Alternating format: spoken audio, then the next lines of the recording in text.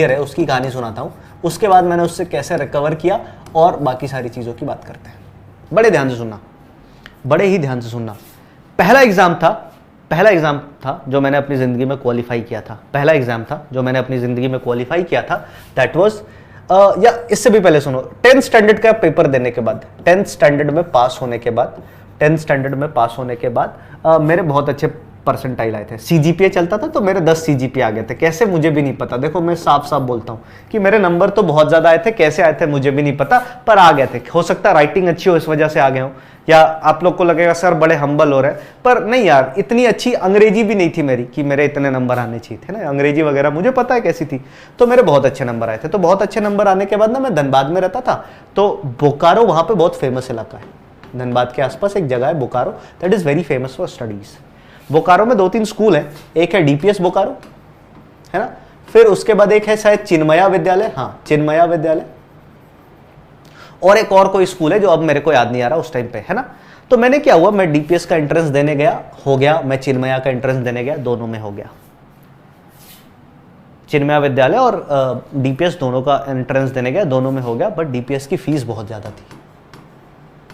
मैंने पिताजी को खुद बोला कि बोकारो जाऊंगा, मेरी बात सुनना ध्यान से, मैंने पिताजी को खुद बोला कि बोकारो जाऊंगा, बाहर रहूंगा, बाहर रहना भी बोकारो में महंगा, वहां पे बाहर रहना भी महंगा है और फीस भी उसकी बहुत ज्यादा है। इतना मतलब मुझे पता था पिताजी थोड़ी मना करेंगे कि नहीं नहीं मत पढ़ो यार, जाओ पढ़ लो, कोई मना नहीं करता यार, वो घर बेच के पढ़ा देंगे तुम्हें, इतने ज्यादा डेडिकेटेड होते हैं। उनको बस ऐसा लगता है कि मैंने अपनी जिंदगी में जो चीज नहीं अचीव की ना मेरा बेटा अचीव करे, मैंने अपनी जिंदगी में जो चीज नहीं अचीव की मेरा बेटा अचीव करे या मेरी बेटी अचीव करे, जो भी है लेट्स से। तो मैंने खुद इससे विड्रॉ कर लिया, मैंने बोला नहीं पढ़ पाएंगे, मतलब वहां नहीं जाऊंगा, वहां जाऊंगा ऐसा है वैसा है। मैंने खुद 8-10 चीजें गिना दी कि मेरा एक दोस्त था, मेरे एक भैया थे, मतलब स्कूल के, वो गए, वो वहां पे नहीं सक्सेस हुए, बर्बाद हो गए, ऐसे ऐसे करके मैंने खुद बोला कि छोड़ो यहाँ नहीं जाते। और चिन्मया में भी फिर वही बोकारो वाली बात थी, तो पापा ने बोला फिर बोकारो मत जा, फिर धनबाद में ही एक बढ़िया स्कूल है। आप में से कुछ लोग शायद उस स्कूल के स्टूडेंट भी होंगे। अभी धनबाद में एक स्कूल है जिसका नाम है डीएवी कोयला नगर, है ना, डीएवी कोयला नगर। मैं डीएवी कोयला नगर में एडमिशन ले लिया, क्योंकि उससे पहले भी मैं डीएवी में पढ़ता था, दूसरे डीएवी में, तो डीएवी कोयला नगर में एडमिशन लेके वहां पे पढ़ाई करने लगा, सब कुछ बढ़िया चल रहा था। इसी बीच में 10th स्टैंडर्ड में मैं 10 सीजीपीए लेके आया हूं, सुनना मेरी बात ध्यान से। इसी बीच मैंने एक स्कूल का एग्जाम दिया था वाराणसी में, क्योंकि मैं हेल करता हूं, मतलब बिलोंग करता हूं यूपी से, तो वाराणसी में ना बीएचयू का एक स्कूल है जिसको हम बोलते हैं central Hindu school, CHS, central Hindu school. अपनी लाइफ में पहला एंट्रेंस एग्जाम मैंने सीएचएस का दिया था, और सीएचएस के एग्जाम में बुरी तरीके से मैं फेल हुआ था, बुरी तरीके से फेल हुआ था भैया, बुरी तरीके से फेल हुआ था। मतलब मैं कहीं शक्ल नहीं दिखा सकता था, कहीं शक्ल नहीं दिखा सकता था सर, ऐसा ऐसा ऐसा फेल हुआ था, बुरी तरीके से सर, बहुत बुरी तरीके से। पर ये फेलियर क्योंकि 10th स्टैंडर्ड में था, उस टाइम पे टॉपर ऊपर था स्कूल का, एकदम पता ही नहीं लगा, सब कुछ हो गया, सारी चीजें हो गई। फिर क्या हुआ ना, फिर जब मैं 12th स्टैंडर्ड में था, तो 12th स्टैंडर्ड में मैंने एक पेपर दिया जिसका नाम था एनडीए, नेशनल डिफेंस एकेडमी का। ये पेपर देने की भी कहानी बड़ी मजेदार थी। पहला पेपर मैं देने जा रहा था, एनडीए का पेपर है, मेरी मैथमेटिक्स बहुत अच्छी थी। एनडीए के पेपर में मैथ्स का पेपर होता, सबसे पहले शायद जनरल एबिलिटी का पेपर होता है, फिर इंग्लिश का, नहीं सॉरी, सबसे पहले शायद इंग्लिश होता है, फिर जनरल एबिलिटी होता है, फिर मैथमेटिक्स का पेपर होता है। तो मेरी मैथमेटिक्स बहुत अच्छी थी, या अच्छा नहीं, ये तो सीडीएस की बात है। इसमें इंग्लिश प्लस जनरल एबिलिटी एक ही पेपर होता है, 2 पेपर होते हैं ना, और एक मैथ्स का। मेरी मैथमेटिक्स बहुत अच्छी थी, तो मुझे पता था मैं मैथमेटिक्स के बल पे कर जाऊंगा। तो एक रात पहले, जैसे आज मुझे जाना है ना, पैसे होते नहीं थे, विदाउट टिकट जाता था रांची, धनबाद से रांची नियरेस्ट था जहाँ पे एग्जाम होता था, सिटी कैपिटल में होता है, तो विदाउट टिकट जाता था रांची रात की ट्रेन से, और पेपर देके फिर वापस विदाउट टिकट आ जाता था। 1-2 बारी पकड़ा भी गया पर पैसे नहीं होते थे तो छोड़ देते थे, वो भी प्यारे लोग थे, छोड़ देते थे। तो इस पेपर को ना एक रात पहले मैं पढ़ के गया, मेरा सिलेक्शन हो गया इंडिया में, मुझे भी नहीं पता कैसे, पर हो गया सिलेक्शन इंडिया में। उस टाइम ना मुझे बहुत प्राउड फील हुआ। फिर मेरा जेई मेंस का पेपर था, जेई मेंस के पेपर के 2 दिन के बाद मेरा इंटरव्यू था, कहां पे, बैंगलोर में। 2 दिन के बाद जेई मेंस का पेपर था, उसके 2 दिन के बाद मेरा इंटरव्यू था बैंगलोर में, और मैं धनबाद में जेई मेंस का पेपर देना। और यहाँ पिताजी ने बोला एक काम करते हैं, फ्लाइट की टिकट करा लेते हैं, उससे पहुंच जाएंगे, ऐसे तो पहुंच नहीं पाएंगे। फिर मुझे अंदर बहुत बुरा लग रहा था कि यार इतने पैसे खर्च करा के जाऊं और सिलेक्शन ना हो तो कितनी बुरी बात है। फिर किसी ने बताया कि जब तुम जाओगे ना तो तुम्हें रीइंबर्समेंट मिल जाता, पैसे कुछ वापस मिल जाते हैं। मैंने बोला फिर ठीक है, तो फिर हमने फ्लाइट की टिकट करा ली, वो तो काफ़ी महंगी थी, और मैं बैंगलोर चला गया। बैंगलोर जाने के बाद जब मैं वहां पहुंचा तो उस इंटरव्यू में, एसएसबी इंटरव्यू में करीब करीब 186 लोग आए थे, है ना, 186 स्टूडेंट्स वे देयर। उन 186 स्टूडेंट्स में से वो स्क्रीन आउट करते हैं ना, स्क्रीन इन करते हैं, तो हम स्क्रीन इन हुए थे लगभग 58 बच्चे,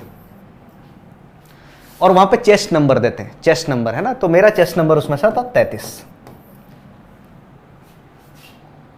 और ग्रुप बनाते हैं, एक ग्रुप बनाते हैं, एक दिन जीटीओ का टास्क होता है, ग्रुप बनाते हैं। तो मेरे ग्रुप में 31 से लेकर के 40 तक स्टूडेंट्स थे, मतलब 10 लोग थे मेरे ग्रुप में, 10 का ग्रुप बनाया था उन्होंने। आप विश्वास नहीं करोगे, जिस दिन रिकमेंडेशन हुआ ना भाई, जिस दिन रिकमेंडेशन हुआ ना, तो उस दिन 58 में से 12 लोग रिकमेंड हुए, जो कि बहुत ज्यादा है। अगर आप में से कोई भी थोड़ा बहुत आर्मी बैकग्राउंड से है, सुनता होगा, समझता होगा, पढ़ता होगा, तो उसको पता बहुत ज्यादा, 58 में से 12 सिलेक्शंस बहुत ज्यादा होते हैं, बहुत ज्यादा। और मेरे ग्रुप में से कौन कौन सेलेक्ट हुआ? Chest number 31, chest number 32, chest number 34, chest number 36, chest number